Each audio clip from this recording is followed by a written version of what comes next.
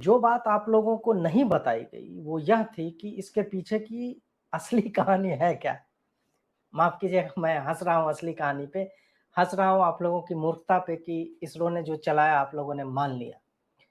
जहाँ तक मेरे जो सूत्र बताते हैं, उसमें ये है कि आप सबने इसरो वाले को भी कहते सुना होगा कि जब से मतलब ब्रेकिंग फ़ेज़ है और वो सब था, जो 4 चीज़ें आपको बताई गई कि ऑल्टीट्यूड जो है 1.6 किलोमीटर पर आवर से पर सेकंड से डिसेंट हो रहा था, तो उसको कैसे-कैसे कम किया गया। तो आप लोग को बताया गया हो कि उसमें ही सॉफ्टवेयर डला हुआ था, ग्राउंड स्टेशन से कोई कमांड नहीं दिया गया।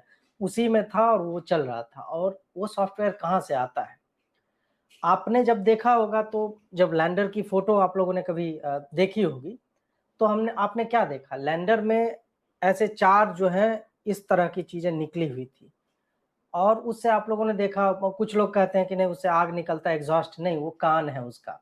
और उसी में श्री राहुल गांधी जी ने पूरा जो है दीक्षा दी एक तरह से चंद्रयान को, कान में फूँके हैं सारे के सारे कोड। सी प्लस प्लस का, जावा का, स्विफ्ट की प्रोग्रामिंग, पाइथन और तमाम तरह के जितने कोड हो सकते थे, क्योंकि वो मशीन है ना, तो पता नहीं चलता है कि कौन-सा कोड वो समझेगा, कौन-सा नहीं समझेगा।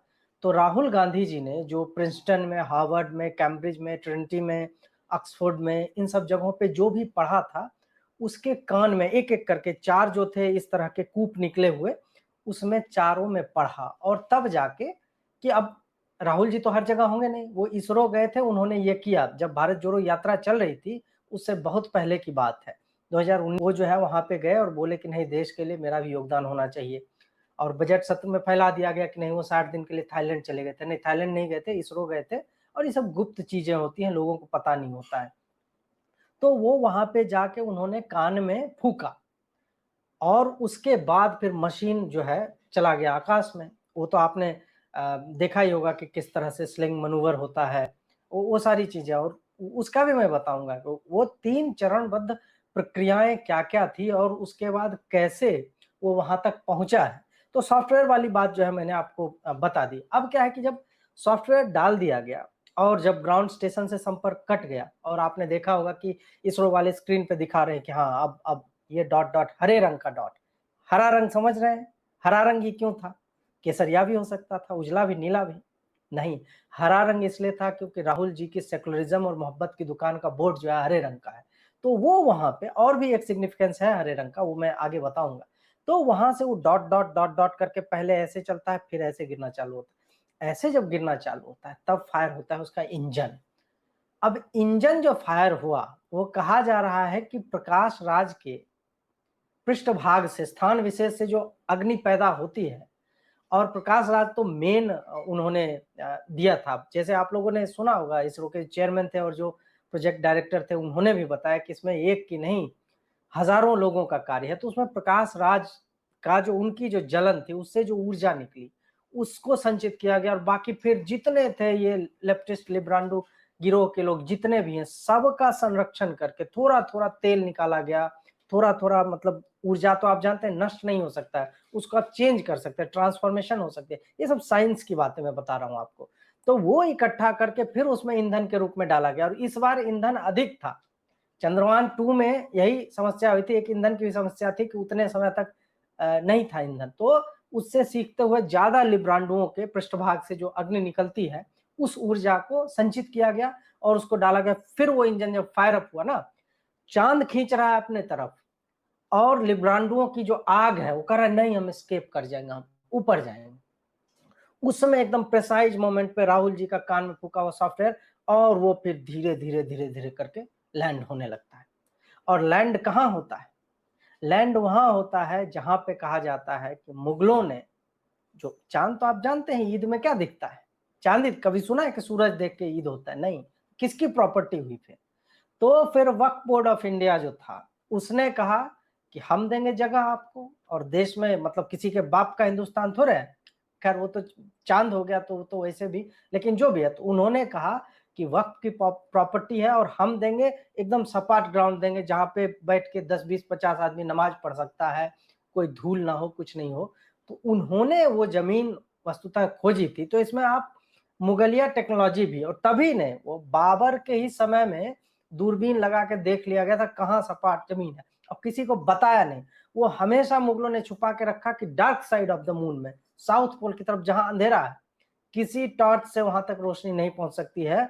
और तब मुगलों की तकनीक का इस्तेमाल किया इस मोदी ने, और देखा आपने, खत्म हुआ और तुरंत झंडा लेके आ गया क्रेडिट लेने के लिए आदमी। तो वो क्रेडिट वास्तव में किसको जाना, जब मुगलों को, कि उन्होंने छुपा, किसी को पता ही नहीं था कि यार चांद का दूसरा साइड भी है, चांद कैसा थाली जैसा दिखता है। अब उसका पृष्ठभाग भी किसको पता था, मुगलों को केवल। उन्होंने वक्त के नाम पर रजिस्ट्री करवा ली थी 1991 में, नरसिंह राव की गवर्नमेंट थी, उसने उसको संस्तुति दी, रजिस्ट्रेशन निबंधन सब हो गया था। और तब जाकर वहां बाबर क्रेटर है, वहां हुमायूं क्रेटर है, सबके नाम पे गड्ढे जो खुदे हुए हैं। वहीं एक सपाट चबूतरा टाइप का जो था, वो बोला एक नहीं यहाँ पे उतरने में ठीक रहेगा, तो वो मुगलों ने दी। अब जो है एक सबसे महत्वपूर्ण जो था वो कार्य, आप कहेंगे कि आपने तो हेडलाइन में लिख दिया थैंक यू नेहरू जी, नेहरू जी का योगदान क्या था? नेहरू जी का दो योगदान था। एक तो आप सब जानते हैं कि भारत भूमि का जन्म और सारा कुछ, तो पांचों तत्व ही उन्हीं के शरीर से निकले हैं।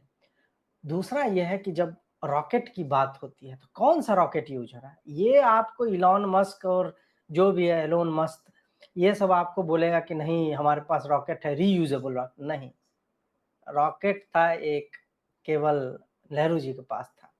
और उस रॉकेट से कहा जाता है एडवीना जी को और तमाम कई लोगों को उन्होंने चांद की सैर पहले भी कराई थी, स्वर्ग तक ले जाने का दावा, मतलब ये सब कहा जाता है, सर्टिफाई नहीं किया जा सकता। लेकिन तो उनका रॉकेट जो था, ये जो BFR बोलता है ना, टेस्ला वाला, स्पेस एक्स वाला बिग फकिंग रॉकेट, उसको बिग फाल्कन रॉकेट भी बोलते, तो BFR का भी बाप जो था LFR था, नेहरू जी का रॉकेट, समझे? तो वो रॉकेट लगाया गया था और उसी में वो इंजन है। वो इंजन कौन सा है, नेहरू जी ने सोचा था किस तरह का, वो कैसे जलाते थे, देखा है होगा, सिगरेट सिगारी सब पीते थे, माचिस लिया ऐसे करके तुरंत ऐसे कटोरी बनाया, समझे, और उसके बाद ले जाके चुपके से ऐसे करके कि हवा चले तो बुझ ना जाए, और रॉकेट के नीचे लगा के फिर भागे वहां से, और वहीं से उल्टी गिनती जो है वो शुरू हो जाती है। तो उल्टी गिनती आरंभ होती है और फिर उसमें आग लगता है, धुआं, और फिर चंद्रयान जो है उठता है। चलिए, अब ये पूरी असली कहानी जो है मैंने आप लोगों को सुनाई कि एक्चुअल में जो क्रेडिट हम और आप किसी और को दे रहे हैं, उसके क्रेडिट के हकदार हैं नेहरू जी, मुगल सल्तनत, फिर क्या कहते हैं राहुल गांधी जी और प्रकाश राज एंड गैंग। ये चार लोगों को मुझे लगता है कि असली क्रेडिट देना चाहिए।